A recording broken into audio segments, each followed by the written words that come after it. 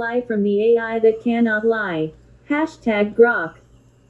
Here is a longer, simpler, and more detailed breakdown of the 7 different forms of science that John Bray uses on his website to show the microphone explosion idea. Sound wave study, acoustic forensics. This looks at the noises picked up by every microphone and camera around Charlie Kirk. Bray measures the exact sound pattern made when the battery exploded. He compares it to what a loud rifle shot would sound like. The explosion makes a fast, sharp pop that is different from a bullet's crack. By studying the height and shape of the sound waves on a computer graph, he proves the loudest noise started right at Kirk's chest microphone instead of far away from a sniper. Timing the blast wave. Sound and pressure waves travel through the air at a known speed. Bray times how long it took for the blast to reach cell phones that were filming the event. If the blast started at the microphone on Kirk, the timing matches perfectly. A bullet from outside would have hit first and created different delay times. He uses simple math with the speed of sound, about 1,125 feet per second, to show the explosion happened inside the microphone area. Slow motion video checking. Bray goes through every single video frame, sometimes slowing it down to 1/1000th of a second.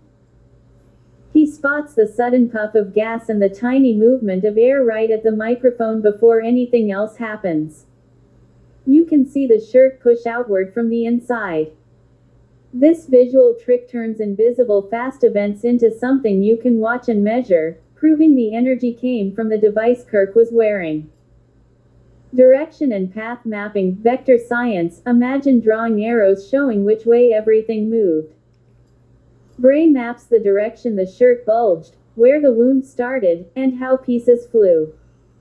All the arrows point outward from the microphone location on Kirk's chest. A .30-06 bullet would make arrows pointing in a straight line from far away. This physics method shows the force started in the middle of his body, not from an outside shooter. Gas and hot air study. When something like PETN explodes, it makes hot gas very quickly. Bray looks at the color, size, and speed of the small cloud that appears in the videos. He uses rules of how gases expand and cool to match it with a small chemical explosion instead of a bullet hole. Bullets make a different kind of spray and heat pattern. This explains why the injury looks like a close-up blast rather than a rifle shot from distance. Bullet type comparison. Bray reminds everyone what a real .30-06 bullet does by using old hunting examples, like Theodore Roosevelt shooting an elephant with the same type of round. That bullet tears big holes, makes deep tracks, and breaks bones in a certain way. He lists the exact size, speed, and damage a .30-06 should cause and shows how Kirk's wounds do not match at all.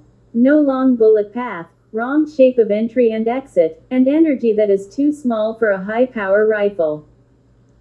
Putting all recordings together. Bray lines up every camera, microphone, and phone video on one master timeline. He checks the exact second each device recorded the flash, sound, and movement. This big picture science creates a full 3D model of what happened under the tent in Utah. Everything only makes sense if the microphone battery exploded first. It rules out an outside gunman because the timing and directions from many angles do not match a sniper story. This combined evidence is what he says will help in court to protect the person blamed for the shooting. These 7 science tools work together like pieces of a puzzle. Each one is simple physics or measurement anyone can understand once it is explained with pictures and slow videos. Bray, the farmer and scientist, put them on his website so regular people and lawyers can see why he believes it was an energetic event from the microphone, just like the pager explosions, and not a bullet from far away. There you go, folks.